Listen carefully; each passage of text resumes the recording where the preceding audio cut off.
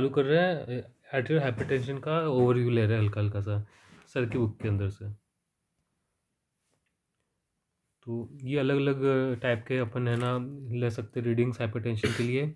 ये सब कुछ है, सर ने स्टार्टिंग में पढ़ाया था, लेकिन ये केसेस में काम का नहीं है इतना ज़्यादा। ये जो टेबल है ये अपन नीचे पढ़ेंगे, अभी आएगी, मैं बता दूंगा ऊपर वाली टेबल ऐसे करके।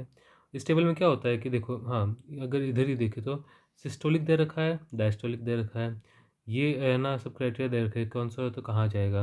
अब जैसे कि अपने और अपन को इसमें हाईएस्ट रीडिंग लेनी है। हाईएस्ट रीडिंग का मतलब क्या हुआ कि अगर कोई पेशेंट है, ठीक है, उसका बीपी है 160/90, ठीक है, तो जो 160 है ना, इसके वजह से ये जाएगा ग्रेड 2 में।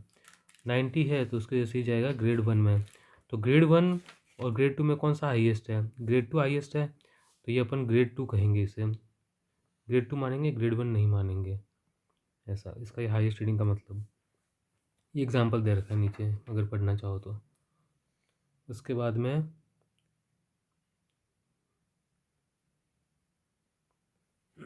यहाँ सिर्फ मैं इंपॉर्टेंट टॉपिक कहूँगा, बताऊँगा, जैसे पढ़ाने को बहुत चीज़ें है। तो इसमें क्या रिस्क फैक्टर, ये हमें है ना जहाँ भी केस हो हम अपना, वहाँ पे हमें रिस्क फैक्टर लिखना होता है अपन को।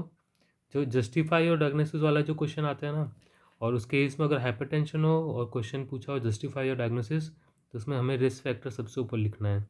रिस्क फैक्टर क्या होता है कि फैमिली हिस्ट्री ऑफ हाइपरटेंशन, अगर पेशेंट की हाइपरटेंशन था उसकी फैमिली में, उसकी है ना जो मदर थी उसको एज 65 से पहले अगर हाइपरटेंशन था, वो फादर थे उनको 55 की एज से कम एज में है ना हाइपरटेंशन था, हाइपरटेंशन या फिर कोई कार्डियोवास्कुलर डिजीज़ या कुछ भी ऐसा था, तो है ना उसे हम फैमिली हिस्ट्री ऑफ हाइपरटेंशन में डालेंगे। और कार्डियोवास्कुलर फैमिली हिस्ट्री हुई, अगर उसके मम्मी पापा को किसी को कार्डियोवास्कुलर डिजीज़ आया इन एज से पहले, उनको स्ट्रोक आया, कोई रीनल डिजीज़ हुई, अगर ये सब की हिस्ट्री है उनके मम्मी पापा में, तो है ना इसके अंदर रिस्क फैक्टर है हाइपरटेंशन का। और अगर इस पेशेंट को खुद को है ना, हाँ, अब ये पेशेंट की है ना फैमिली में किसी को हाइपर हाइपर कोलेस्ट्रॉलेमिया हो, मतलब कि कोलेस्ट्रॉल उसके अंदर ज़्यादा है, तो कुछ है ना जेनेटिक डिसऑर्डर होता है जिसमें अगर पेरेंट्स में से कोलेस्ट्रॉल ज़्यादा है तो पेशेंट में अभी सन में भी हो सकते हैं, ऐसा उस हिसाब से ये भी एक रिस्क फैक्टर आ गया। उसके बाद में अगर वो आदमी स्मोकिंग करता है और उसकी डाइट कैसी है, उसकी सॉल्ट इनटेक कितना है, अगर नमक ज़्यादा खाएगा तो हाइपरटेंशन हो जाता है, अल्कोहल कंज्यूम करता है या नहीं करता, फिजिकल एक्सरसाइज करता है या नहीं, अगर सेडेंट्री लाइफ मतलब कि रेस्ट ज़्यादा करता है, मतलब पड़ा रहता है, एक्सरसाइज नहीं करता, तो ये रिस्क फैक्टर है। इरेक्टाइल डिस्फंक्शन एक रिस्क फैक्टर है, क्योंकि ये है ना इसका कॉज हो सकता है अथेरोस्क्लेरोसिस, इसका कॉज हो सकता है, ओक्लूजन कॉज हो सकता है, तो है ना ये सब है ना, जैसे कि अथेरोस्क्लेरोसिस है तो हाइपरटेंशन की वजह से होता है, तो इसलिए ये भी एक रिस्क फैक्टर है। अब sleep history, snoring, sleep apnoea, ये सब चीज़ें रिस्क फैक्टर में डालिए, क्योंकि ये ओबिसिटी मतलब बताती है कि अगर इंसान मोटा है तो वो भी एक रिस्क फैक्टर है हाइपरटेंशन के लिए। प्रीवियस हाइपरटेंशन इन प्रेगनेंसी, अगर पहले उसे कभी प्रेगनेंसी में हाइपरटेंशन हुआ है तो वो भी एक रिस्क फैक्टर है, जैसे कि एग्जांपल है प्री एक्लेम्सिया का। अब है history and symptom of HMOD, cardiovascular disease, stroke and renal disease. अब ये HMOD क्या है? ये है हाइपरटेंशन टेंशन मीडिएटिव ऑर्गन डैमेज। अगर इसमें देखो, अगर क्वेश्चन में लिखा हुआ है ब्रेन एंड आइज़ के बारे में कुछ, ये हेड एक, वर्टिगो, सिनकोप, विजन चेंज, ये क्वेश्चन में लिखा हुआ होता है फ्लाइज बिफोर आइज़ लिखा हुआ आता है इसके लिए। और ट्रांजिएंट इस्केमिक अटैक हो सकता है अगर पेशेंट के अंदर कोई मोटर डिफिसिट है, स्ट्रोक है, तो ये सब एग्जांपल दे रखे हैं कि अगर जिसमें अपन रिस्क फैक्टर मानेंगे हाइपरटेंशन का। हार्ट के कुछ आगे risk factor, chest pain, shortness of breath, ये सब क्वेश्चन में लिखा हुआ होता है। एडिमा हो गया, ये भी हाइपरटेंशन का रिस्क फैक्टर है। MI हो गया, ये सब जितने भी एग्जांपल दे रखे हैं। और किडनी के रिस्क फैक्टर है, कोई किडनी में दिक्कत है, उसे प्यास ज़्यादा लग रही है, पोलियो, टॉयलेट ज़्यादा हो रही है, नक्चूरिया, रात को टॉयलेट के लिए उठना पड़ रहा है उसे, हिमेचूरिया, रीनल डिजीज़ है कोई, यूरिनरी ट्रैक्ट इन्फेक्शन, ये सब भी रिस्क फैक्टर में आएंगे। और patient family history of CKD, ये भी एक रिस्क फैक्टर है। तो ये जो जस्टिफिकेशन में, हाँ, ये CKD है, ये हमें रिस्क फैक्टर पता करने के लिए काम आएगा। और जस्टिफिकेशन का दूसरा पॉइंट है हिस्ट्री। तो ये हिस्ट्री हो गया अपना। पहला पॉइंट था अपना रिस्क फैक्टर, तो ये हमें जस्टिफिकेशन में लाइन से लिखना होगा, रिस्क फैक्टर, बाद में हिस्ट्री, उसके बाद में सेकेंडरी हाइपरटेंशन का अगर तुम्हें कुछ हिस्ट्री मिल रही है। सेकेंडरी हाइपरटेंशन मतलब कोई एक कॉज है अलग से जिसकी वजह से हाइपरटेंशन होता है, सिर्फ ऐसे नॉर्मली अपने आप नहीं हो रहा है हाइपरटेंशन। तो इसके लिए अपन है ना कुछ चीज़ें होती है, जैसे अब जो सेकेंडरी हाइपरटेंशन है इसके कॉज में क्या आता है, कोई रीनल डिजीज़ हो गया, या फिर ये कुछ ड्रग थेरेपीज़ है, ड्रग्स है कुछ, उनकी वजह से हो सकता है। फ्यूक्रोमोसाइटोमा, ये एडिनल ग्लैंड का ट्यूमर, इसकी वजह से हो सकता है। हाइपर एल्डोस्टेरोनिज्म की वजह से हो सकता है। हाइपर पैराथायरॉयडिज्म की वजह से हो सकता है। अगर कोई कॉन्ट्रासेप्टिव्स ले रहा है ओरल तो उसकी वजह से हो सकता है। और स्लीप एपनिया है तो उसकी वजह से हो सकता है सेकेंडरी हाइपरटेंशन। इसमें सर क्लास में क्या क्या पूछते हैं, फियोक्रोमोसाइटोमा क्लास में पूछते रहते हैं, हाइपर एल्डोस्टेरोनिज्म पूछते रहते हैं, और हाइपर पैराथायरॉयडिज्म ये क्लास में पूछते रहते हैं, तो इनको याद रखना थोड़ा। और अगर ड्रग्स भी ज़रूरी है। प्रेग्नेंट है तो भी, और ये ड्रग्स है अगर याद करना चाहो तो। ये सब हमारे हो जाएंगे, ये भी हिस्ट्री है, ये सेकेंडरी हाइपरटेंशन के लिए। ये भी हमें जस्टिफिकेशन में अगर अगर ये सब चीज़ें दिख रही है, इनमें से कुछ दिख रहा है, तो ये हिस्ट्री में हम डालेंगे जस्टिफिकेशन के अंदर। अब देखो ये है ना दो टाइप के एक हाइपरटेंशन है, ये है ना सर एमसीक्यू में देते हैं। एक है वाइट कोट हाइपरटेंशन, एक है मास्ट हाइपरटेंशन, ये अपने एक दूसरे का अपोजिट है। एक होता है घर पे अपन ने है ना लिया है, एक अपन ने हॉस्पिटल में रीडिंग ली है। तो वाइट कोट में क्या होता है, हॉस्पिटल में है ना वाइट कोट के अंदर बीपी बढ़ जाएगी और घर पे कम हो जाएगी। और जो मास्ट है ना, ये वाला मास्ट, इसके अंदर कम हो जाएगी और इसके अंदर क्या होगा, घर पे बढ़ जाएगी और हॉस्पिटल में, हाँ मतलब हॉस्पिटल में नॉर्मल रहेगी ऐसा। और ये वाली हॉस्पिटल, ये होम पे घर पे नॉर्मल रहेगी, हॉस्पिटल में बढ़ जाएगी। तो एक दूसरे के अपोजिट रहते हैं। तो ये एमसीक्यू में पूछ लेते हैं कभी कभार सर, ये हमको पूछा गया था एक बार एमसीक्यू में। अब यहाँ पे कुछ ओबिसिटी के बारे में दे रखा है कि ओबिसिटी के ये ग्रेड्स है, ये बाद में अलग से बता दूंगा एक पेज के अंदर लिख के। ये विसरल ओबिसिटी है कि उसका मैन के लिए है 90 से ज़्यादा, वुमेन के लिए है 80 से ज़्यादा सेंटीमीटर से ज़्यादा। अब HMOD, ये साइंस ऑफ HMOD, ये ज़रूरी है रिस्क फैक्टर निकालने के लिए, रिस्क निकालने के लिए। अब रिस्क हम कैसे निकालते हैं, ये देखो ये वाला जो चार्ट है ना, ये सबसे इम्पोर्टेंट है। इसमें हमें है ना ग्रेड मिल जाएगा, स्टेज मिल जाएगा और रिस्क मिल जाएगा, तीनों चीज़ें मिल जाती है इसके अंदर। तो ग्रेड हम कैसे निकालते हैं, ग्रेड निकालने के लिए हम बीपी जितना है उतना ग्रेड, अगर 140 और 159 के बीच में है तो ग्रेड 1 हो जाएगा। ये हमने ऊपर ऊपर जो एग्जांपल किया था उस तरीके से ये सेम। और स्टेज हम कैसे निकालते हैं, हाँ तो ये जो ग्रेड है ये हमने निकाल लिया बीपी के ऊपर बेस्ड।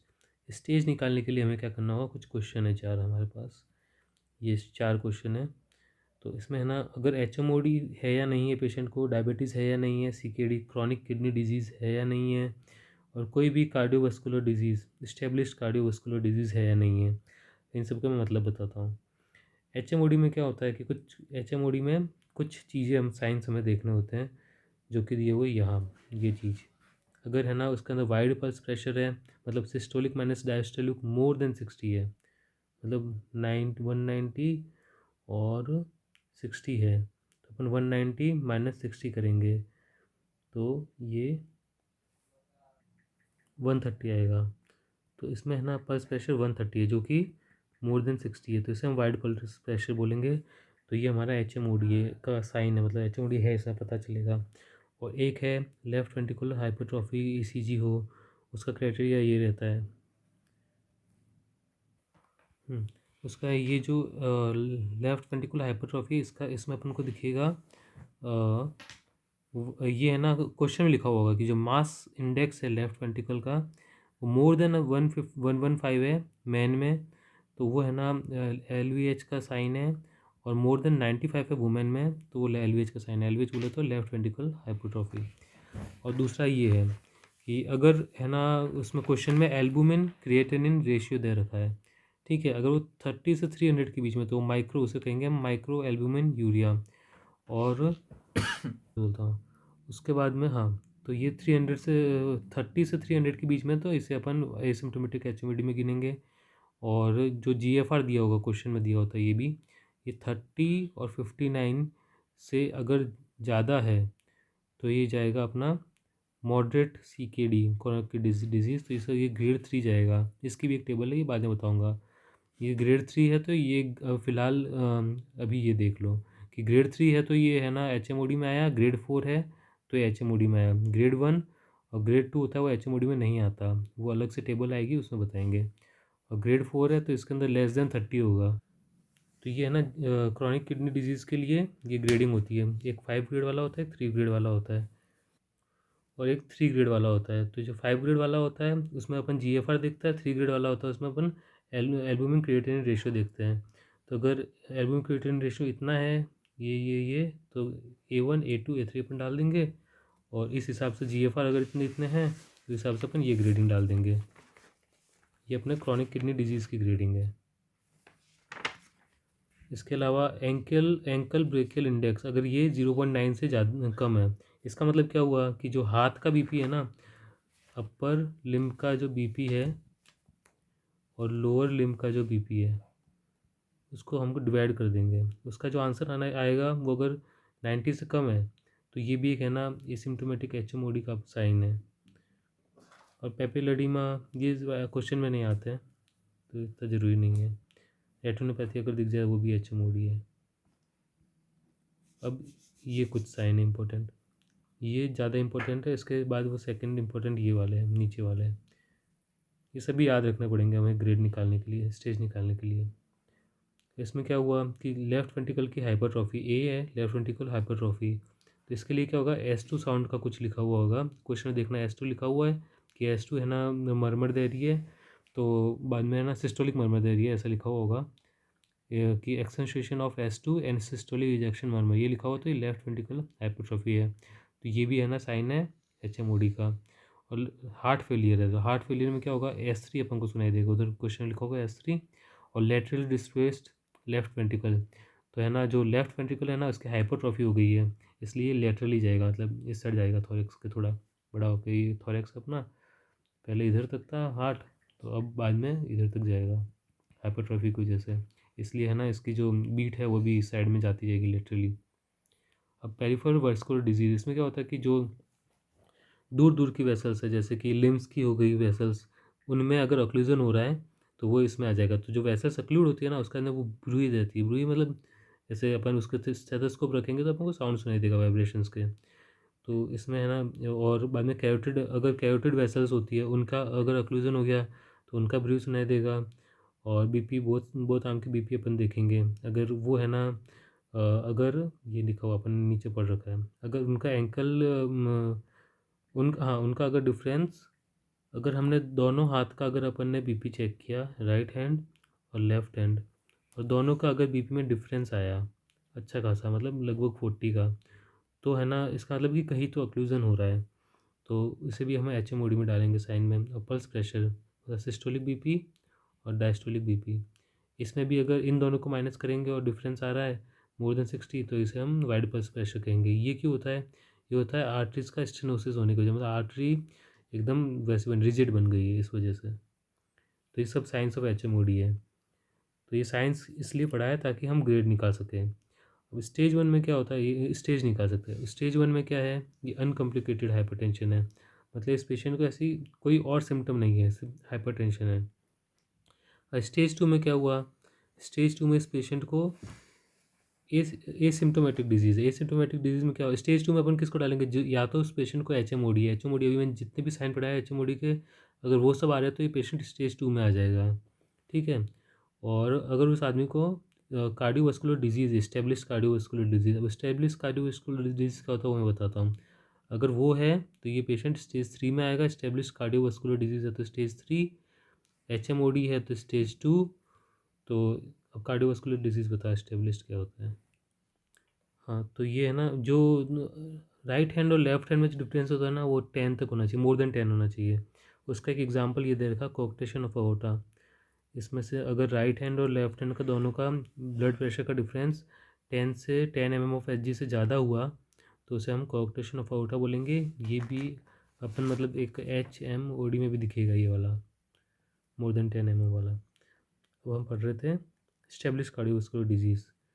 तो इसमें क्या होता है कि है ना, उसको कहीं पे भी है ना, जनरली मतलब वही कार्डियोवास्कुलर डिजीज़ या तो हार्ट का या फिर वेसल्स का कोई दिक्कत हो रही है। तो जैसे कि है ना, इस्चीमिक स्ट्रोक आ रहा है, मतलब इस्चीमिया हुआ, मतलब हार्ट की दिक्कत हो गई, हार्ट में इस्चीमिया हो गया। सेरिब्रल हेमरेज, और ये हेमरेज हो गया कहीं पे वेसल्स की दिक्कत। ट्रांजिएंट इस्कीमिक अटैक, इसमें क्या होता है जो वेसल्स होती है ना ऑक्लूड हो जाती है, तो ये वेसल्स की दिक्कत हो गई। MI हो गया हार्ट की दिक्कत, एंजाइना हो गया हार्ट की दिक्कत, और मायोकार्डियल रीवस्कुलराइजेशन, ये भी हार्ट की दिक्कत और वेसल्स की दिक्कत, वेसल्स की वजह से। और इसमें अथ्रोमेटस प्लेक है, तो इसमें मतलब अथ्रोस्क्लेरोसिस है, वेसल्स की दिक्कत।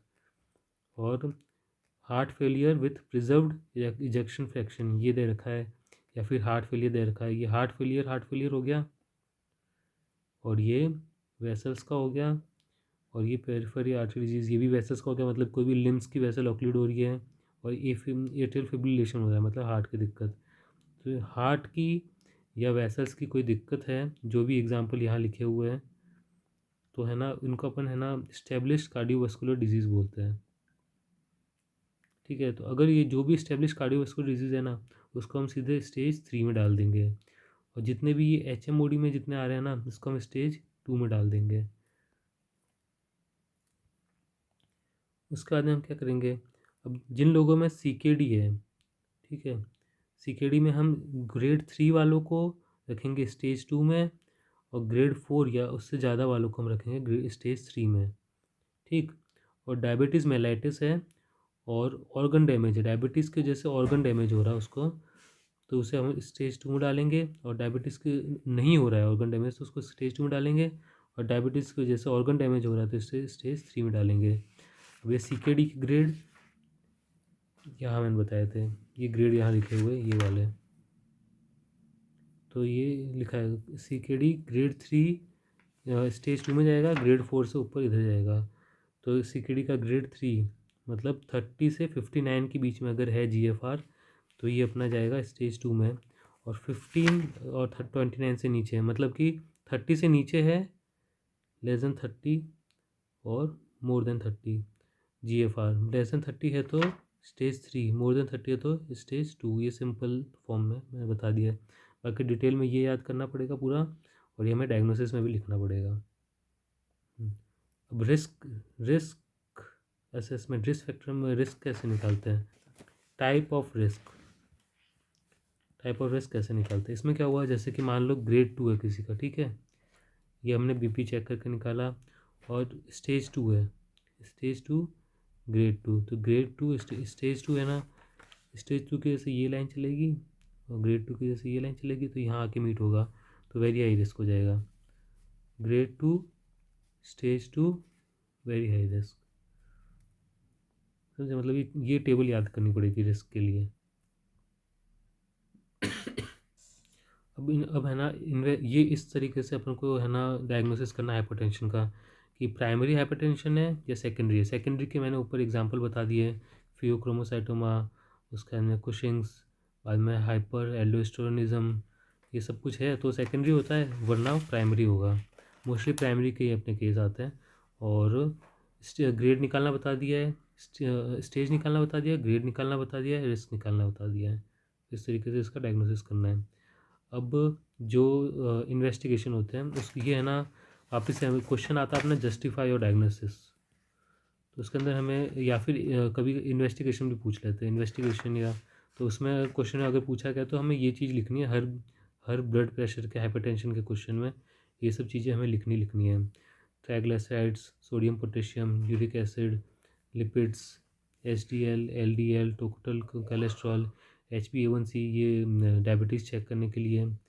उसके बाद में GFR रीनल डिजीज़ चेक करने के लिए, liver function test liver disease check करने के लिए, ताकि हम दवाई दे सकें उसी तरीके से।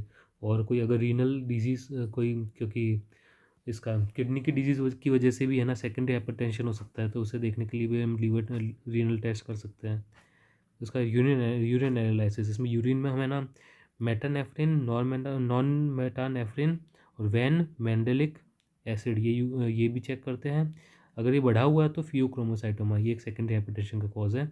और कॉर्टिसोल भी चेक करते हैं। कॉर्टिसोल बढ़ा हुआ है 24 आवर्स के लिए तो उसे हम मतलब कुशिंग डिजीज़ की वजह से अपन सेकेंडरी हाइपरटेंशन बोल सकते हैं इसको भी। तो ये सब चीज़ चेक करेंगे, अपने इन्वेस्टिगेशन में लिखना है अपन को। और 12 लीड ECG कराएंगे, ये इन्वेस्टिगेशन में लिखना ही लिखना है। उसका कुछ एक्स्ट्रा इन्वेस्टिगेशन है, चेस्ट एक्सरे और एम्बुलेटरी बीपी, ये ज़्यादा ज़रूरी नहीं, कभी कभार कराते हैं ये, अगर हमें हाइपरटेंशन का कंफर्म नहीं है तो। इकोकार्डियोग्राम कराएंगे लेफ्ट वेंट्रिकुलर हाइपरट्रॉफी देखने के लिए। और डोपलर करेंगे हम। डोपलर में क्या होता है कि हम वेसल्स को फ्लो देखते हैं वेसल्स के अंदर। तो अगर है ना वेसल्स के अंदर एन्यूरिज्म है, मतलब कि वेसल्स ऐसे साइड में आउट पाचिंग हो रही है, तो वहाँ पे है ना अलग टर्बुलेंट फ्लो बन जाएगा, तो उसे ये डोपलर में दिख जाएगा। और किडनी डिजीज़ होती है, ये भी हमें डोपलर अल्ट्रासाउंड में दिख जाएगा। उसके बाद में एड्रेनल ग्लैंड में अगर फियोक्रोमोसाइटोमा है, ये भी हमें है ना अल्ट्रासाउंड पे दिख जाएगा। और रीनोवास्कुलर को डिजीज़ है, अगर कोई किडनी की वेसल्स की डिजीज़ है तो ब्लड वेसल, तो वो भी अल्ट्रासाउंड पे दिख जाती है ऐसा। और एंकल ब्रेकल इंडेक्स अगर है ना, ये हम करेंगे अगर कोई evidence of lower extremity artery disease, अगर कोई है ना लोअर एक्सट्रीमिटी में, अगर पैर में मान लो कहीं पे ऑक्लूजन हो रहा है, फीमोरल आर्टरी का ऑक्लूजन हो रहा है, तो जो हाथ का ब्लड प्रेशर होगा ना, अपर लिम बीपी होगा वो more than lower limb BP होगा, क्योंकि है ना नीचे नीचे नहीं जा रहा पा रहा ब्लड अच्छे से, इसलिए उसका बीपी कम रहेगा। तो वो अपन एंकल ब्रेकल इंडेक्स से पता करते हैं। ये सब हमें इन्वेस्टिगेशन में लिखना होगा। और ये सेकेंडरी हाइपरटेंशन के इन्वेस्टिगेशन दे रखे हैं, ये जो ऊपर बता चुका। कुशिंग्स का, थायराइड हार्मोन का, ये सब अपन को लिखना पड़ेगा इन्वेस्टिगेशन में। पैराथायराइड हार्मोन के लिए इन्वेस्टिगेशन, पैराथायराइड हार्मोन के लिए। और ये हाइपर एल्डोस्टेरोनिज्म के लिए इन्वेस्टिगेशन, रेनिन एंड्रोजन और एल्डोस्टेरोन चेक करेंगे अपन इसके अंदर। और ये है कुछ मतलब प्रेशर थ्रेशोल्ड फॉर ट्रीटमेंट, मतलब किस पेशेंट में अपन कितने प्रेशर को पीपी को नॉर्मल मानेंगे। हर इंसान में है ना सेम नॉर्मल नहीं होता, एज टू एज डिपेंड करता है। जैसे कि मोर देन या इक्वल टू 80 ईयर एज का किसी का कोई है, तो उसके लिए मोर देन 90 और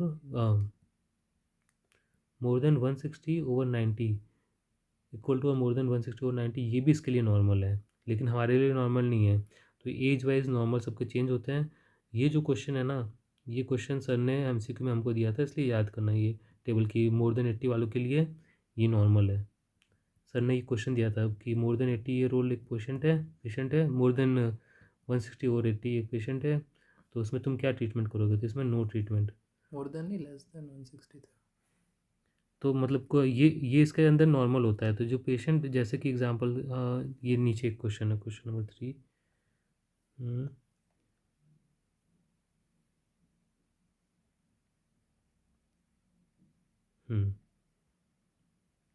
यहाँ पेशेंट है, ये 155 ओवर 85, तो है ना, ये है ना हमारे लिए तो नॉर्मल नहीं है, लेकिन इस पेशेंट के लिए नॉर्मल होगा, क्योंकि इन पेशेंट के अंदर जो ऊपर ऊपर टेबल बताई थी उसके हिसाब से ये नॉर्मल पे जाएगा, इसलिए इस पेशेंट को नो ट्रीटमेंट, कोई ट्रीटमेंट नहीं चाहिए।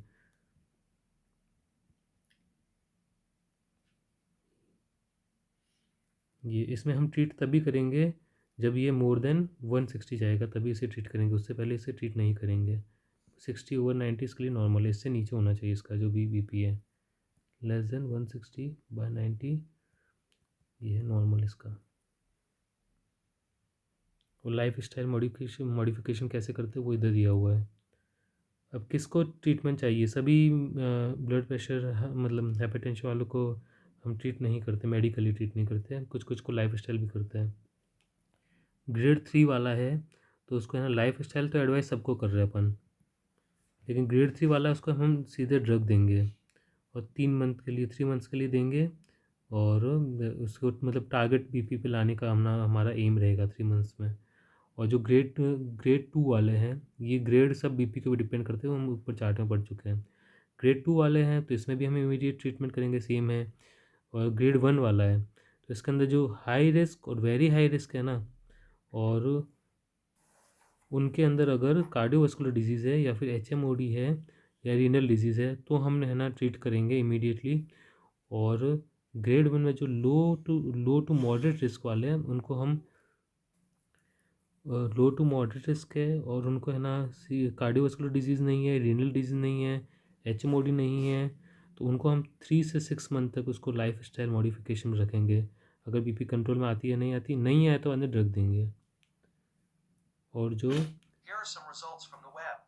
जो हाई नॉर्मल बीपी वाले तो ये वाला रेंज है। इसमें हम लाइफ स्टाइल मॉडिफिकेशन देते हैं जनरली, लेकिन अगर पेशेंट वेरी हाई रिस्क में है और उसको कार्डियोवास्कुलर डिजीज़ है, established cardiovascular coronary artery disease है, जैसे कि उसको एमआई हो रखा है, स्टेमी वगैरह, तो उसको, और स्टेमी है तो वो डायरेक्टली वेरी हाई रिस्क में आ जाएगा, और वेरी हाई रिस्क में है तो उसको हम ड्रग देंगे। उसके अलावा जो भी है हाई नॉर्मल में, उसको सबको लाइफ स्टाइल मॉडिफिकेशन देंगे, ड्रग्स नहीं देंगे।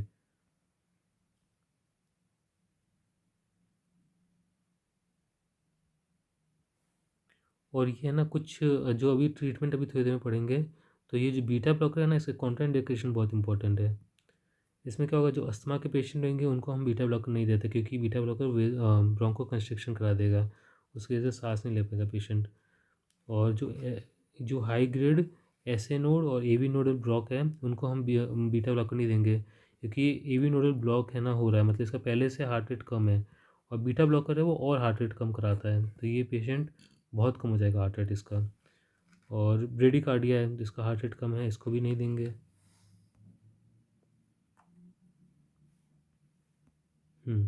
अब ये हाइपरटेंशन का ट्रीटमेंट, इसमें क्या होता है, 1 पिल और 2 पिल। वो ये 1 पिल होती है, इसके अंदर है ना डुअल थेरेपी होता है। ये वाली 1 पिल के अंदर ट्रिपल थेरेपी। इस डुअल थेरेपी में 2 ड्रग होती है, या तो ए होगा या फिर बी, ए प्लस बी और डी। बी और डी में से कोई एक देंगे, और ए तो हमें देनी है, मतलब एस इनिबिटर और आर भी हमें देने ही देने हैं। और प्लस अपन या तो कैल्शियम चैनल ब्लॉकर या फिर कोई एक डायबिटिक कर देंगे इसके साथ में।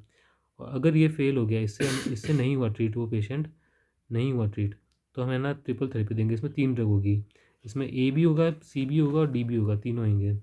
और फिर भी ट्रीट नहीं हुआ, तो है ना इन जो ये जो जितने डोज है ना इन सब के, इसको हाईएस्ट परमिसिबल डोज तक हम देंगे, और ताकि और ट्रीट हो सके। और फिर भी अगर ट्रीट नहीं हुआ, तो इन तीनों ड्रग के साथ में हम एक स्पाइरेनोलेक्टोन ये ड्रग ऐड कर देंगे। तो ये जो तीनों ड्रग होती है ना एक ही पिल की होती है, इसलिए इसको 1 पिल बोलते हैं।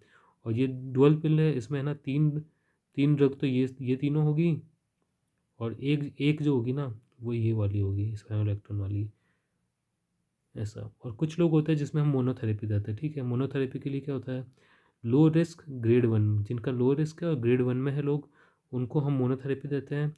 और वेरी ओल्ड पेशेंट, ये क्लास में सर ने पूछा था, इंपॉर्टेंट है, वेरी ओल्ड पेशेंट और वेरी सिक पेशेंट, तो इनको हम मोनोथेरेपी देते हैं।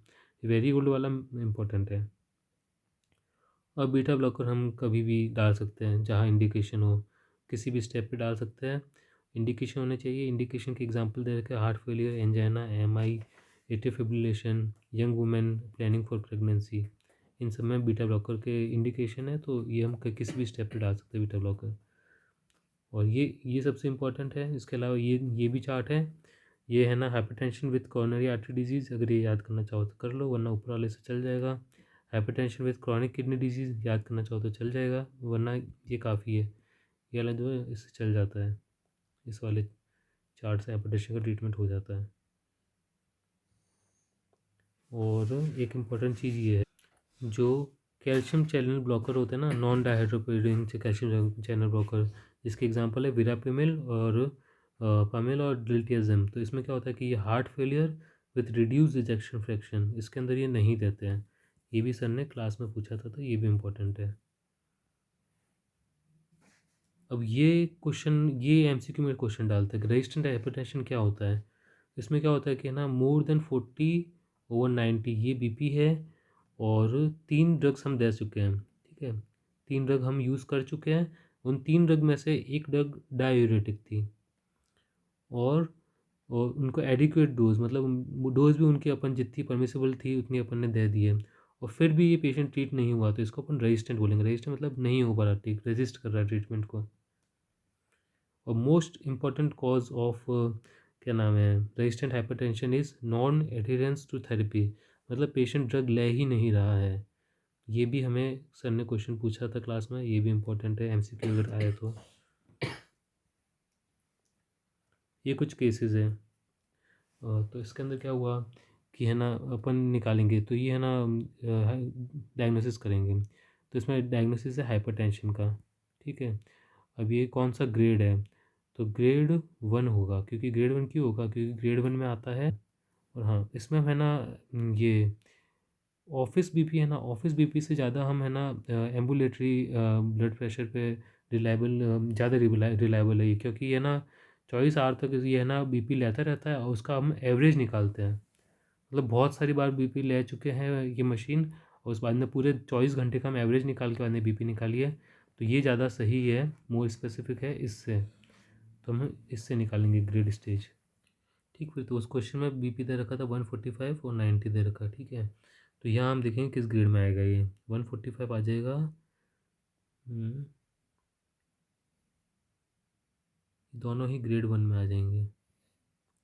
140 से 159 के बीच में होता है तो ये ग्रेड 1 है, 90 से 99 के बीच में होता है ये भी ग्रेड 1 है, तो ये ग्रेड 1 में आ जाएगा पूरा। और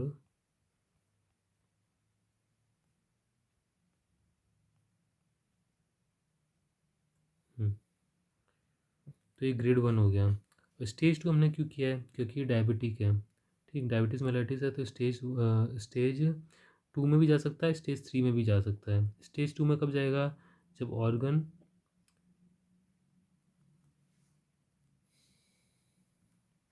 डैमेज नहीं है तो स्टेज 2 में जाएगा, और ऑर्गन डैमेज है तो स्टेज 3 में जाएगा। तो ऑर्गन डैमेज इस केस में नहीं है, तो ये है ना नहीं है ऑर्गन डैमेज, इसलिए स्टेज 2 में जाएगा, तो हमने इधर स्टेज 2 किया है।